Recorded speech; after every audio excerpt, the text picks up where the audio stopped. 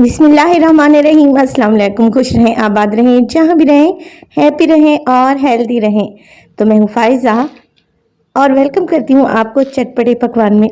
चटपटे पकवान में बनाऊंगी जी मैं आज आलू कचौरी की इतनी ज़बरदस्त और यूनिक सी रेसिपी कि देखकर और खाकर आपका दिल खुश हो जाएगा। मैं आपको बताऊंगी कि इतने खूबसूरत से फूल मैंने कैसे क्रिएट किए हैं। सो रेसिपी को आपने एंड तक देखना है। अगर आप लोगों को अच्छी लगे, आपकी समझ में आए तो प्लीज़ लाइक कर दें, चटपटे पकवान को सब्सक्राइब भी कर लें। तो चलें जी, जल्दी से स्टार्ट करते हैं और बनाते हैं जी मज़ेदार सी ये आलू की कचौरी। आलू की कचौरी बनाने के लिए सबसे पहले तो 2 कप मैदे को अच्छे से छानने के बाद एक बाउल में डाल दिया है। 1 टीस्पून डालूंगी नमक, हाफ टी स्पून इसमें चला जाएगा ज़ीरा, 2 टेबलस्पून इसमें शामिल कर दूंगी मैं ऑयल। सब चीज़ों को अच्छे से मिक्स करेंगे। छोटी छोटी सी टेक्निक्स होती हैं जिनको आप फॉलो किया करें तो आपकी रेसिपी बहुत ही शानदार बनेगी। पहले ऑयल को मैदे में अच्छे से मिक्स कर लें। अब थोड़ा थोड़ा सा पानी डालें और इसकी एक सेमी सॉफ्ट सी डो बना लें। बहुत ज़्यादा हार्ड भी नहीं होनी चाहिए और बहुत ज़्यादा आटे को नरम भी नहीं होना चाहिए। बस एक मीडियम सा आटा गूंदेंगे और गूंदने के बाद इसको कवर लगा कर रख देंगे एक साइड पे तकरीबन 15 से 20 मिनट के लिए, ताकि आटा अच्छे से रेस्ट कर ले। जब तक हम इसकी चटपटी मज़ेदार सी फिलिंग को तैयार कर लेंगे। तो फिलिंग बनाने के लिए एक फ्राइंग पैन में मैं ले लूँगी तकरीबन 2 टेबलस्पून मेरे पास है ऑयल।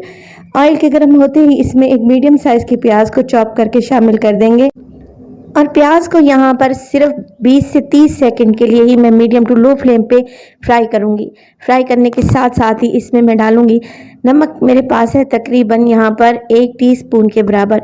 इसके अलावा मैं इस्तेमाल कर रही हूँ कश्मीरी लाल मिर्च, इससे कलर बहुत अच्छा आता है। अगर अवेलेबल नहीं है तो फिर रेगुलर मिर्च का इस्तेमाल कर लें। 1 टीस्पून सफ़ेद ज़ीरा और 1 टीस्पून साबित धनिया को मैंने मोटा मोटा सा कूट लिया है, ये भी शामिल कर देंगे। इसके अलावा इसमें चला जाएगा चाट मसाला 1 टीस्पून, जो इसे मज़ीद चटपटा और करारा बनाएगा। सब चीज़ों को आपने प्याज में अच्छे से मिक्स कर लेना है। देखें फ्लेम यहाँ पर बिल्कुल मैंने लो रखी हुई है ताकि मसाले हमारे जले नहीं। जैसे ही प्याज में मसाले अच्छे से मिक्स हो जाएंगे, 3 मीडियम साइज़ के आलू थे अच्छे से बॉयल करने के बाद मैंने इन्हें छोटे छोटे से टुकड़ों में काट लिया है। अब टुकड़ों में मैंने इसलिए काटा है कि यहाँ पर मुझे मैश आलू बिल्कुल भी नहीं चाहिए थे।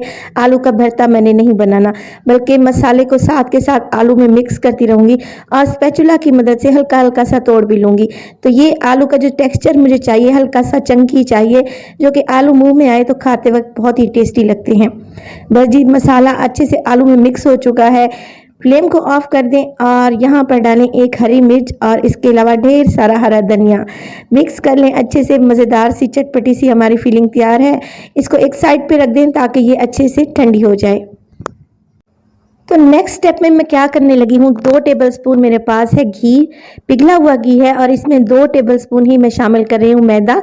इसके अलावा मेरे पास है बेकिंग पाउडर, जो कि हम केक वगैरह बेक करते हैं तो उसमें डालते हैं। ये बेकिंग सोडा नहीं है, बेकिंग पाउडर है। 1/4 टीस्पून आपने इसमें शामिल कर देना है। इससे हमारी कचौरी की लेयर्स बहुत ही ज़बरदस्त बनेंगी और खस्ता बनेंगी। सब चीज़ों को आप लोग बहुत अच्छे से मिक्स करें, ये एक पेस्ट की तरह बन जाएगा। बस इस पेस्ट को एक साइड पे रख दें। जब हम कचौरी की लेयर्स को क्रिएट करेंगे तो ये पेस्ट हमारे काम आएगा। चलते हैं डो की तरफ। तो यहाँ पर आटा अच्छे से रेस्ट कर चुका है। बस जी आटे को निकालेंगे, इसने बहुत सारा रेस्ट कर लिया है और काउंटर पर ले आएंगे और इसको 2 टुकड़ों में डिवाइड कर लेंगे। इक्वल पार्ट में हमने डिवाइड कर लेना है और दोनों को अच्छे से पेड़े बनाकर रख देना है। अब पेड़े बना चुकी हूँ। यहाँ पर एक पेड़े को दोबारा से कवर करके रख दूंगी ताकि पापड़ी ना जमे और दूसरे पेड़े को देखें इस तरीके से हाथों की मदद से हल्का सा चपटा करेंगे।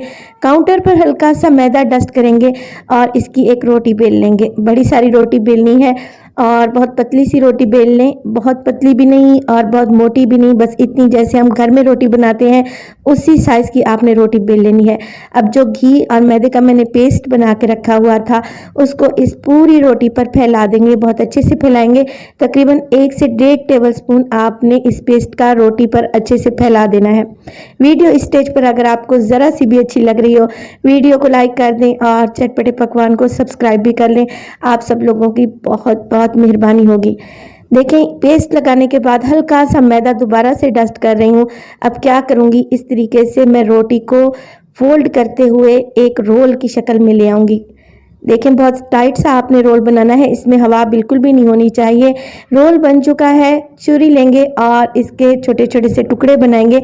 तकरीबन 2-2 इंच के फासले से आपने इसकी कटिंग कर लेनी है और इसके छोटे छोटे से पेड़े बना लेने हैं। तो यहाँ पर देखें कचौरी के लिए लेयर्स क्रिएट हो चुकी हैं, माशाल्लाह से कितनी ज़बरदस्त सी लेयर्स बनी है।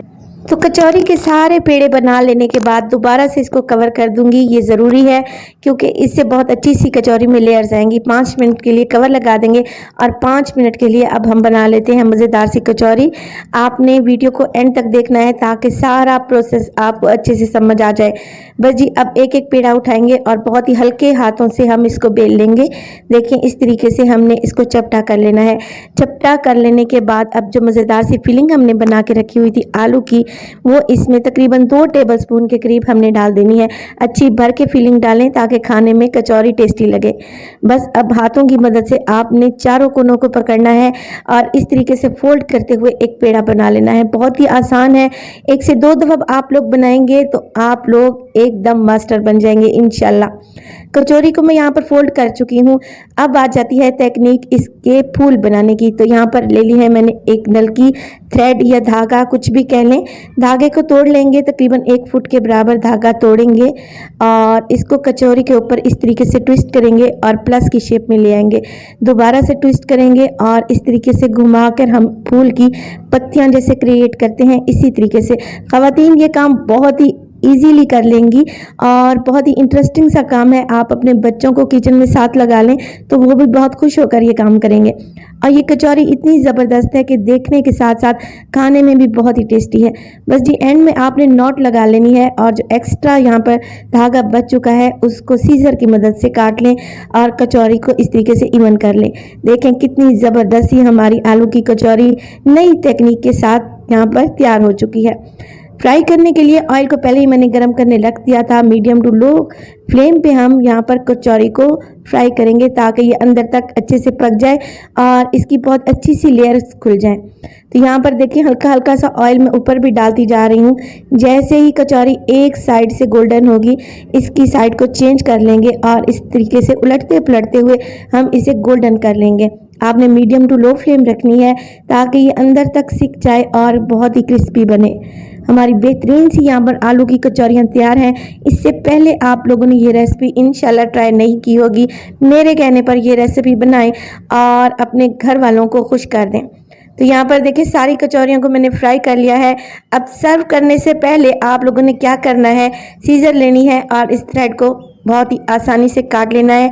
ये बहुत इजीली अलहदा हो जाएंगे। गर्मा गर्म कचौरी को सर्व करें, अपना फीडबैक दें कि आपको मेरी रेसिपीज़ कैसी लग रही हैं। रेसिपी अच्छी लगे तो लाइक कर दें, चटपटे पकवान को सब्सक्राइब कर लें और अपने फैमिली और फ्रेंड्स में भी शेयर किया करें। अपना बहुत सारा ख्याल रखिएगा। फाइज़ा को भी अपनी दुआओं में याद रखिएगा। मुझे दीजिए इजाज़त। टिल देन अल्लाह निगहबान।